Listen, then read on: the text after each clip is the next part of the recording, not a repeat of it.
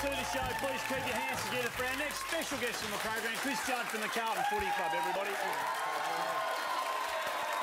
Thanks for coming on. Great to have you on the show. Your time at the club, was that the most complete, encouraging performance that you've been part of since you've been at Carlton? Yeah, look, it probably was. I think, Geelong have been one of the real form teams now for about 3 years. So, to not only beat them, but to, beat them reasonably convincing, I think, can give us a lot of confidence going forward. Flog is the word we've been using. Just in case you missed the scores last night, for 55,000 people turned up at the MCG. And the Blues won by 6 goals in a really comprehensive performance in the end. Beat Geelong at its own game.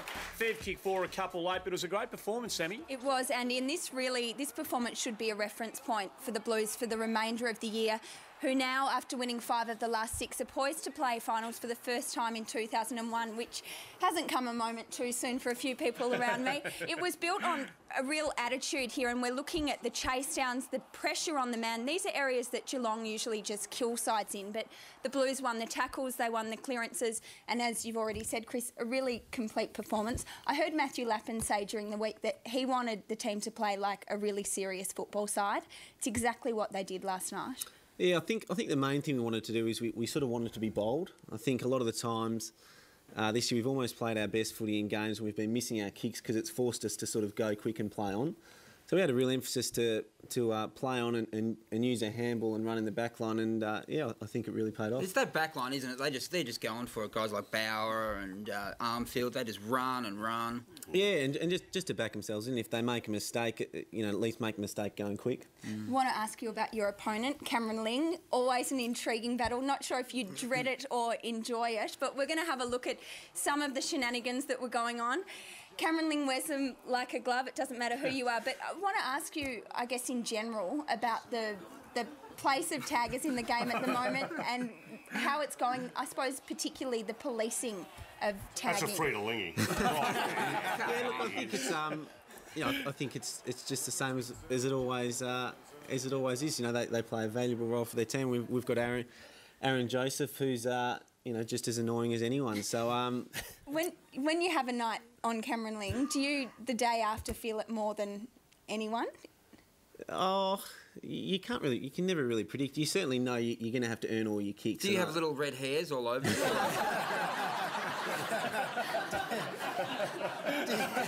Now, Juddy, your teammates, they always want to give the ball to you, and you've always got a really tight tag, and sometimes you might call for the ball, I think, when perhaps there's someone a little hot on your tail. Aaron Joseph last night was desperate to give it to you, but you had someone very hot on your tail. Have a look at this. And then bang, you are gone. The heat was raining down on you there. It wasn't choreographed, that one. It was good. You could be sitting on the bench, they run past and It's like you handballed while you're jumping off a cliff there. I actually ran past Setanta last night when we were trying to slow the play down, and I ran past him saying, slow, and he went... He's going great, though, Satana, isn't he? Really good, and really important for us to try and take a bit of pressure off Fev by having more than one target up there. So, yeah, he's been really good for us. It worked last night with him and Wiggins. That was the missing ingredient a couple of weeks ago, particularly against Collingwood, when they were able to sag back and get in front of Fev. But at least last night you had a couple of blokes across half forward who were demanding the footy from you blokes in the midfield. Yeah, definitely. And if even we played Murph there for a little while as well, and players that can sort of hurt you with their foot skills, I guess.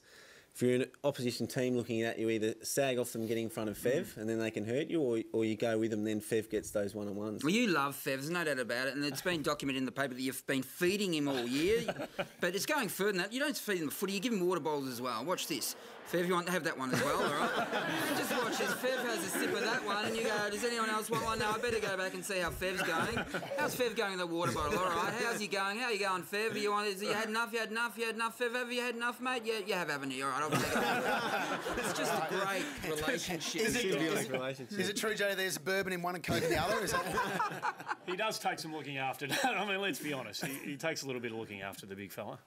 Oh, mate, he's going very well. He's his wife's pregnant with their third child, and that's very good for the club because it forces Fev to be a very good boy. So the results are really showing on the field. Let's hope it's octuplets. What did last night mean to the group? Like, you beat Geelong last night, you've beaten the Bulldogs, you beat Collingwood first time around this year, and you really pushed St Kilda, having spotted them 6-goal start in that game Eddie had earlier in the year. What does the group take from last night's performance? Yeah, I think when we played our best footy, we've shown that we can match it with the best teams. I think probably the thing that's been lacking is consistency of performance and not necessarily just week by week, but even in games we still have sort of, maybe 10, 15-minute lapses where we're not consistent, and that's really an indication of a young side. So, if we can get that out of our game, then we'll be a lot closer to being a serious contender. You've got a young coach as well, and you worked under John Mossfold when he was just starting out. How's Brett Ratton going, and what's he taught you, if that's possible? No, he's going really well. I guess Brett's a real midfielder who spent a lot of time at stoppages, so he's been good for me, just speaking about my positioning at stoppages and how I can change things up and not become too predictable, and I guess trying to add some strings to my bows. So I've really enjoyed working under him. You know what? No, he's the coach, but we like to treat you like, we call you Moses down there because you're leading us out of the wilderness. And Carlton loves you.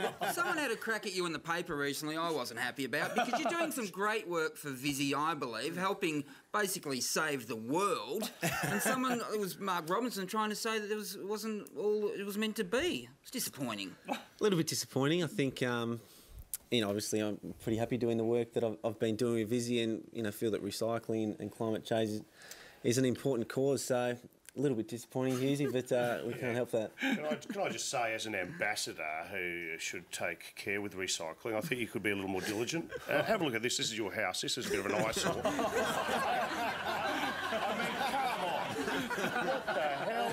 You gotta get with the plan, son.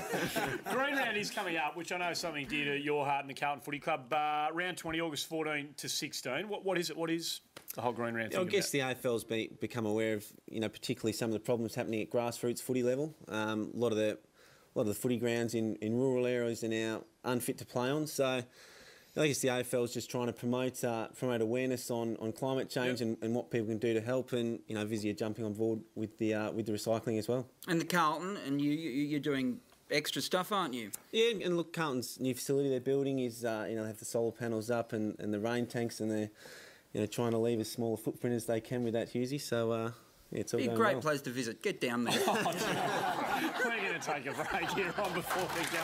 More Chris Judd after this, and the time on it's all the way.